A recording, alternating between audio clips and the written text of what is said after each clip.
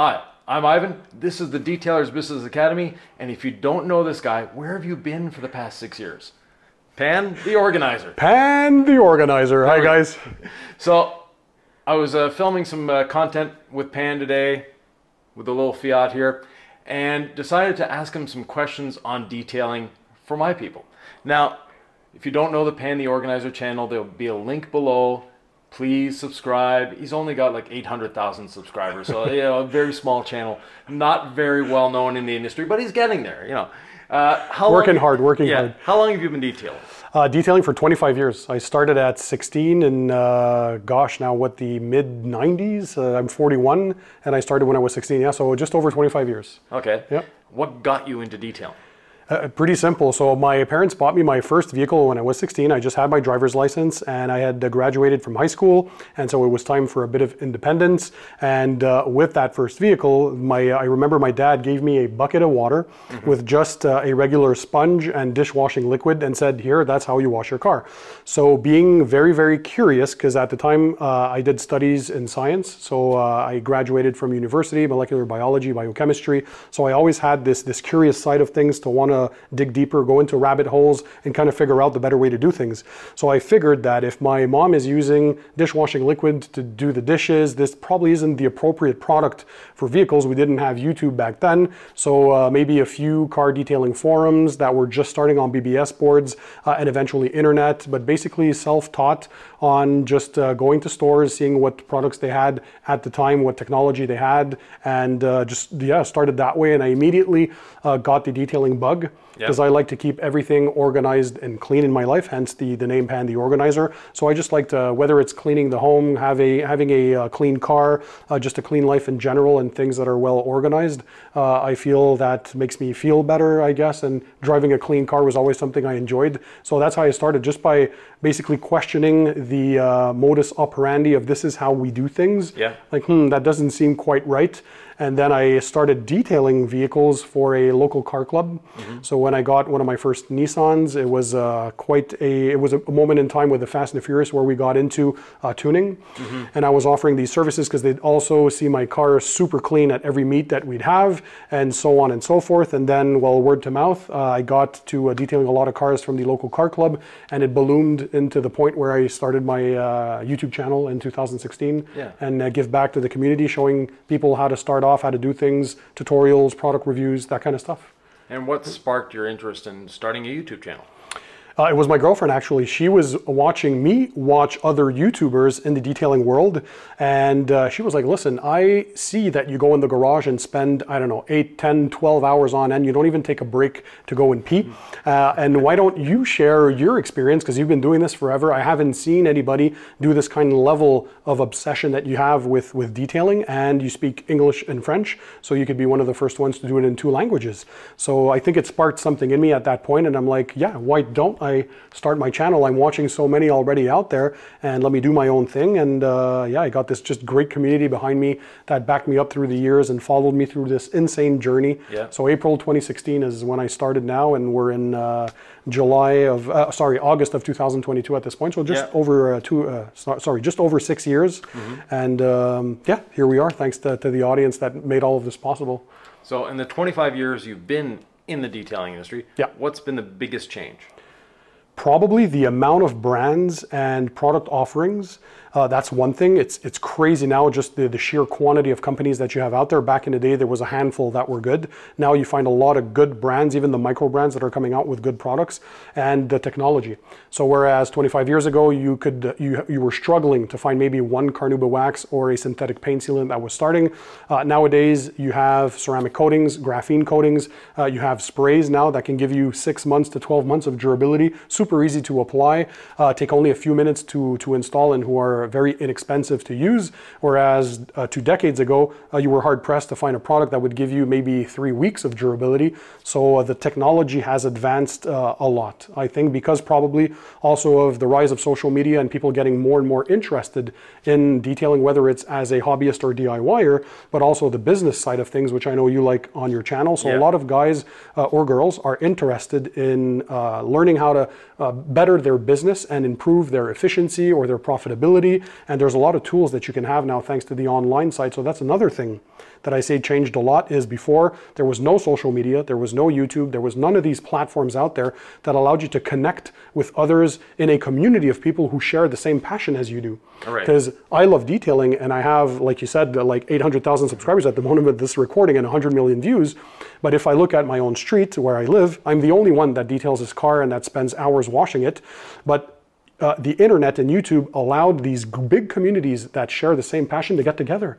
So worldwide now, you can have viewers watching you that share that common passion and who don't feel judged because they'll spend 2-3 hours washing their vehicle every 2 days, right? So that's one great thing I think too. It has its bad side, social media, but I think the good part is, sharing that common knowledge and passion and being able to dig deeper into what drives you and what motivates you.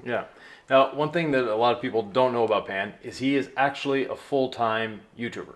So you're now at that stage where you have, and I have a YouTube channel. I can tell you, you don't make your income from YouTube. Even with 800,000 subscribers, he's not making a great living from YouTube. It's from investments, it's from hard work, it's from his previous employment, where he was, very well remunerated for what he was doing. It was a very difficult job, so the more difficult the job, the better the pay.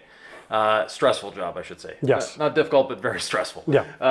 Anyways, that being said, a lot of people, unfortunately, will go into bashing, and not specifically you, but anyone that's successful. They seem to get bashed for some reason. Why do you think that is? It's very unfortunate. I think and you don't only see that on YouTube, but pretty much everywhere around the world. There's just some people who they look at themselves, and I think they, for some other reason, because there's different measures of success and not everybody has the same definition, but for whatever reason, they might not be successful in their life, and instead of trying to improve themselves or looking at others for advice or trying to maybe perhaps just work harder or take a different avenue or celebrating your success or celebrating the success, they'll try and bring others down, which is something I was raised never to do, is to always applaud successful people and actually try to learn from them. So I try to surround myself with people who are more successful than I am in life, and ask them the questions like, what brought you to this point? What can I do to improve my life? If I can take 1 or 2 lessons from these individuals that I speak to or that I enjoy chatting with and surrounding myself with, well, I'll improve my life guaranteed. There's always things that you can do to better yourself. And I think bringing other people down to hire yourself is never the way to go. It will always backfire on you, and just people will eventually know what you're about, and all that toxicity and negativity will come back to bite you in the butt. Sorry the expression, but that's the truth. So staying positive, working hard, surrounding yourself with positive people is really what I'm about. If you keep your head down and you just focus on what you're doing, I've always been told by other people that successful people don't have time to bash others. Guess why? Because they're too busy at working hard and improving their own lives or businesses. They don't have time to waste on social media acting like keyboard warriors, firing off comments hidden behind a username that's fictitious, or just bringing other brands down or other YouTubers down or other human beings down. Because at the end of the day, we're humans. And so that's, I think, the dark side or the unfortunate side, but thankfully it's a very, very small minority or portion of people that do those negative activities. And well, on your channel or on my channel, thankfully as well, we're surrounded by just great people who support and like what we do. And at the end of the day, that's what it's all about, giving back to the community in some way, shape, or form. That if at the end of the day somebody says out there that I watch Yvan's videos or I watch Pan videos and I learned something, even if it's one thing that they take home and they improve something in their life, we did our job. I'm happy. I can go to bed satisfied that we had some impact in any way, shape, or form on the industry. And the detailing industry, people get into it because it's an easy industry to get into, and that's where we get a lot of these negative mentalities, or I won't charge that much because my customer can't afford it. Well, you're not regulating your customer's budget. And one of the critiques that Pan gets a lot of, and I'd like to clear the air a little bit, is that he never does a negative review. And so people think that all his reviews are paid reviews, and they're not. I can attest to that. He's reviewed some products that I brought to him that it was for free. There was no strings attached. But that being said, Pan will refuse to do a negative review. if he doesn't like the product, it's just not going to be on his channel. It's a conscious decision. Yeah. Yeah, because I told myself I don't want to waste my time, again, bashing people or brands that I just don't believe in, because a product might not work for me, but it might work for someone else. Who am I to bring that company down that employs people, that at the end of the day, those individuals have to bring money on the table to feed their families, provide, it's their, you know, their livelihoods. Yeah. So who am I to affect that with this big platform? And not only that, but I'm a positive person, and like Yvan sees me behind the camera, I'm the same guy. Whether it's on video or in real life, if you guys meet me, come and say hi, I'll be glad to shake your hand or say hello. And so bringing that positivity for me is what it's all about. Only like 20% of the products that are sent to me actually make it in a video, and 80% of it goes straight to the trash. I just don't waste my time being negative. There is enough negativity out there, in my opinion. Now, people are free to give their own opinion. If they want to get into that negative aspect or bash brands, or listen, I'm not there to judge myself. They do whatever they do, but I've always stayed true to who I am. And if they look at the earlier reviews, way before I had opportunities for sponsored content, the way I talk was still in the same positive manner. Yeah. With videos that are sponsored today. So I'm the same exact guy. I've never changed. And one example that I like to give is CarPro. Yeah. CarPro has never sponsored a single video on the channel. They've never spent $1 on a sponsored video. And they're one of the brands that has won the most awards in my annual Car Detailing Products Awards video. And they're also a brand that, regardless if it was early on or later on, the way I deliver the message is always in a positive way, because I just am super enthused by the detailing world in general, and I just love this stuff. Exactly. So I want to share that passion without having to dive into, if I don't like a product, listen, at the end of the day, I just won't speak about it, I won't talk about it, and I'll just move on to something else. And I like to focus on the stuff that I actually like, from people that I like and brands that I actually enjoy and that I think are doing the right thing. Yeah. And on sponsored content, you said it well, it's not all the videos that are sponsored, and the ones that are, well, I properly disclose them as you should and as the FCC rules require. Yeah. So you get that statement, you get the bubble up top that says paid promotion, and in the description I'll mention it, in the video I'll talk about it as well, because I'm transparent with that stuff. So it's up to the viewer to decide if they want to watch the video or not, but they should see it more as, for me, it's a way for a brand to not only help the channel grow, because all of these things there are possible through those videos as well, which costs nothing for viewers to make,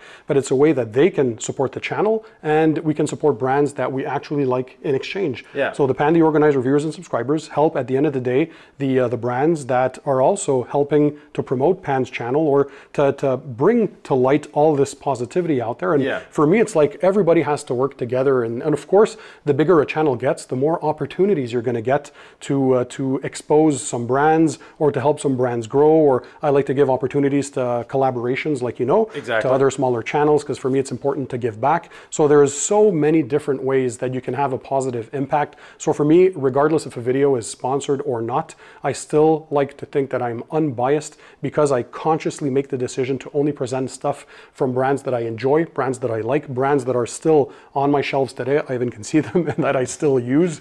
And through the years, just people who I like supporting and who like supporting me through this crazy journey. Yeah. And if you'd like to support Pan, other than subscribing, thumbs up, commenting, all that fun stuff, there's a new feature on YouTube.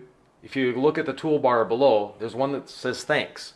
Oh yeah. If you hit that, you can actually send money to Pan. Now, YouTube keeps their share, or Google keeps their share, but nonetheless, Pan's never gotten into the Patreon and all that stuff, or, you know, basically subscription models, things like that. So the thanks that you've been getting up to now has been subscriptions and thumbs up and all that. And now people can actually monetarily thank him if he saved them. You know, you've saved a lot of people a lot of time. And helped a lot of people get into this passion. Because Pan, you know, yes, there's a lot of professionals watching Pan's content, but most of the people, I would say, are enthusiasts. Yeah, DIYers, weekend warriors. Yeah. And I should comment on that too for Yvan. If you guys, what he's talking about is the thanks button. So you're going to see it's a heart, I think, with a $sign in it. Basically a contribution that you want to make to a channel from a content creator, or a YouTuber as we call them, to basically say thank you for the content they provide. So it's a direct way for them, and it gives a message in the comment section that you've contributed to the channel. So if you guys like Yvan's advice, well, you can go down there and hit that thanks button. It's a way for the community to basically say thank you to their favorite content creators for what we provide out there. Yeah, exactly. I think that's a cool feature that YouTube added out there. Yeah. Where do you see the industry going in the next 5 years? Ooh, that is a very good question. I think what I would like the most, if anybody's hearing out there, is simplicity. So we've gone from days where you would need 15 hours to apply a coating with infrared curing lamps and 3, 4, 5-layer systems, sometimes more 10-layer systems and packages. So I think what they need to understand is whether you're a professional or a weekend warrior enthusiast, what you're looking for is more enjoyment, and what that goes through means better efficiency. For better efficiency, you need less steps. So ceramic coatings and graphene coatings, best forms of paint protection, absolutely. But if we can reduce that to a 1-layer system, perhaps not having to wait 24 hours of curing, if only a few hours are required, you can send the passenger out the door or the customer with their vehicle and they're good to go. I think I would like that. Yeah. It's basically continuing the research, but to improve the efficiency of what we're using as products, but also make them more user-friendly. Yep. So perhaps either for use in direct sunlight or things like that, where you're not going to get any streaks, not getting any high spots. Basically, take the product, start using it, kind of like what you did with the DIY detail line, is ready to use. And regardless if you're a professional, because even professionals, and you've been a proponent of this, the more efficient you are, the more time you save, the more money you're making, the more profitable you are as a business. So why not have a product line that is going to help you achieve that efficiency? Yeah. So I like the continued innovation as long as we're keeping it simple and making it more accessible, right? Because for me, the simplicity means more and more people can get into enjoying detailing and at the end of the day, driving a clean car, which is what we're all about. Well, we all know that, the clean car goes about 5 miles per hour faster. Yes. Gets 2 or 3 miles per gallon better. More horsepower. Yeah, sounds better. So it's got a lot of advantages. Yeah. And, you'll pick up chicks. But anyways, we're both married. No need to pick up chicks. No. And chickens inside the car, not a great thing anyways. No. But if you have a truck, yes, you can go to the farm store and pick up chicks. But that being said, so in 5 years, where do you see yourself? That's a good question. I would like, obviously, to break past the million subscriber mark. I think that would be something I had never dreamt of before, and I think now it's in line of sight, that goal, so that would be cool.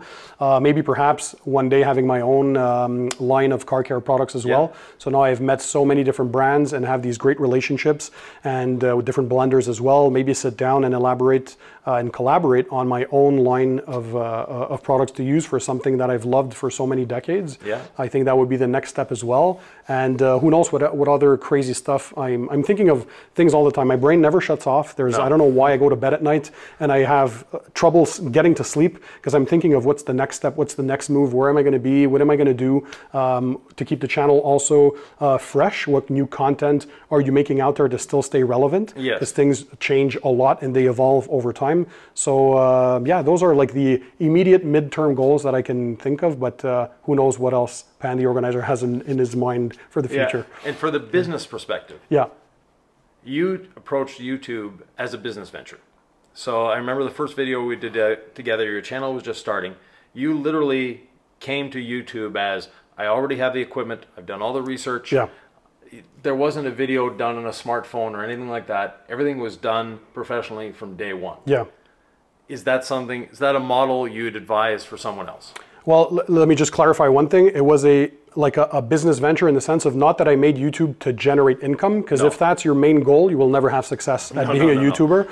So for me, it was more business venture from the point of I wanted to be professional. Yes. There was so many good detailing channels out there. So how do you stand out as a newcomer in the field and to make sure people understand you? I wanted good audio. I wanted good video. I wanted a professional as possible production. I'm by no means a filmmaker, but I took a full year before I opened my channel on learning how to do video editing, what camera gear I needed, what lighting I needed, the software I needed for video editing, learning how to edit video, how to make it more fun, basically watch my favorite YouTube channels, take notes, and not only in the detailing world, but in a bunch of other fields, because I like electronics, home theaters, hi-fi stuff, watches, all that stuff. So basically take the best practices of what's being done, why are channels more successful than others, the pros, the cons.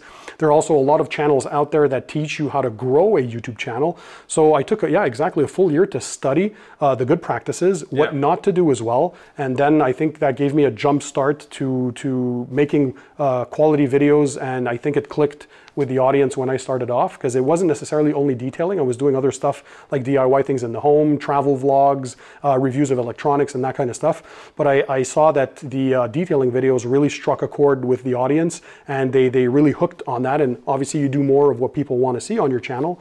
And so I then focused, and 99% of my stuff now is car detailing. But if you start a business, same thing with detailing, Yep. you have to be very serious, and I think prep yourself, study, invest in, if it's a business you're opening, yes, learn the craft, learn the tutorials, learn the products you need to use and the how-to videos, but also learn how to operate the business. And that's where his channel comes in as well, to give advice. But if you have that business mindset, that's what you need to go to that next level. And it's the same thing with YouTube. Yeah. If you approach it from a sense of being serious, you see it as an operation, how you can improve your titles, your thumbnails, the description, how you can search for links for people to click on so they can purchase the video instead of having the product that you're reviewing, instead of having to look for themselves on Google, so on and so forth, how you can improve your video production, the audio quality, that kind of stuff. You have to dig deep to actually improve what you're going on, and ask advice. Yeah. Like, there's a lot of people out there. If you're a beginning YouTuber, well, reach out to other channels, see if you can collab, see if you can get any, I like giving advice and helping other channels to grow. So that's one thing as well. Reach out, talk to people, and learn from them. Listen to what they have to say from the more experienced people that are doing the craft that you're doing as well, and you can only improve from there. Yeah. Yeah. So thank you very much. My pleasure. If you'd like to find Pan, of course, YouTube, but also TikTok, Instagram, and Facebook. Yeah. Just look for Pan the Organizer. Yeah. He's everywhere. So, and in a good way. So Thank you. Yeah. So thank you very much. I appreciate it, Ivan. It's always a pleasure to have you over, and you can go check out the video we did for his DIY detail line on my channel as well. We did a deep dive. He explained every single product. So you're doing some good stuff, and I wish you all the success in the world, my friend. Well, thank you very much. Well worth it. See you in the next one. See you on the next one, guys.